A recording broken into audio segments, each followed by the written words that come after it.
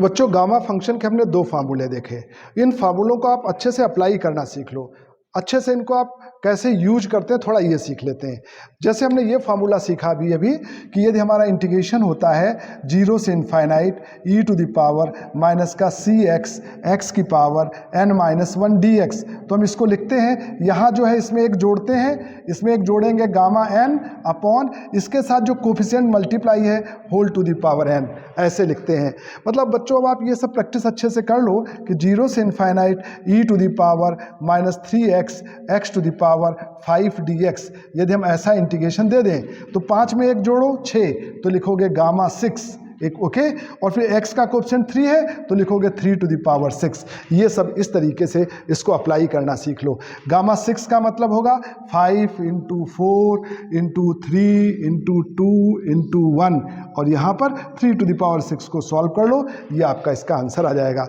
मतलब ये बताना चाह रहा हूँ कि यदि ऐसा कोई इंटीग्रेशन है 0 से infinite e to the power minus 2x x to the power 3 dx, हमें इसकी वैल्यू निकालने के लिए कहा जाए तो ये जो 3 है ना, 3 में एक जोड़ो, यहाँ पे लिखो गामा 4, 3 में एक जोड़ो गामा 4, x का कोएफिशिएंट 2 है तो लिखो 2 टू द पावर 4। अब गामा 4 का मतलब होगा 3 इंटू 2 इंटू 1, और ये 2 टू द पावर 4। सिंप्लीफाई कर लो, इस तरीके से इंटीग्रेशन निकालना सीखो। मतलब हम आपको ये समझाना चाह रहे हैं बच्चों, यदि कहीं लिखा है 0 से infinite e to the power minus का k प्लस 1 इंटू एक्स और x to the power p plus 1 dx, यदि कहीं ऐसा लिखा है तो इसमें एक जोड़ो बच्चों, इसमें एक जोड़ोगे तो p प्लस 2 आएगा, तो ये होगा गामा p प्लस 2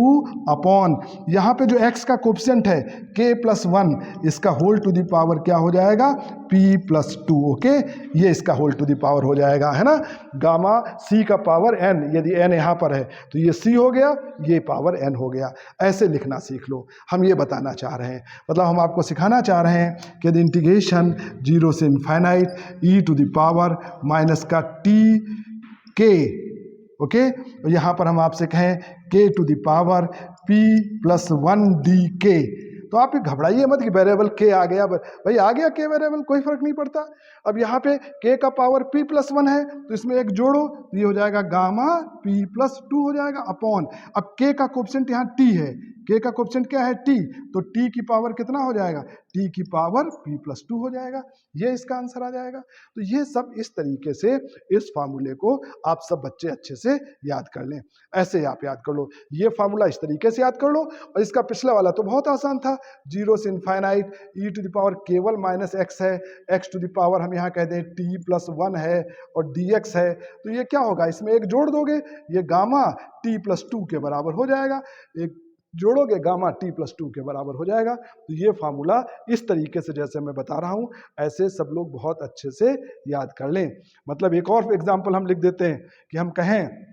इंटीग्रेशन 0 से infinite e to the power minus का c प्लस 1, और यहाँ पर हम कह दें आपका p, ओके, और यहाँ पे p टू द पावर यहाँ पे c प्लस 2, और यहाँ पे कह दें dp, यदि हम ऐसा कह दें, है ना, यहाँ पर p वेरिएबल है, ओके। तो इसमें एक ऐड करोगे तो ये c प्लस 3 हो जाएगा, तो लिखोगे गामा c प्लस 3 अपॉन, इसका कोएफिशिएंट क्या है c प्लस 1, तो हो जाएगा c plus 1 whole to the power c plus 3 whole to the power c plus 3, ये इस इंटीग्रेशन का वैल्यू हो जाएगा। तो इस तरीके से ये फार्मूले सब अच्छे से याद कर लो बच्चों, ठीक है, ओके।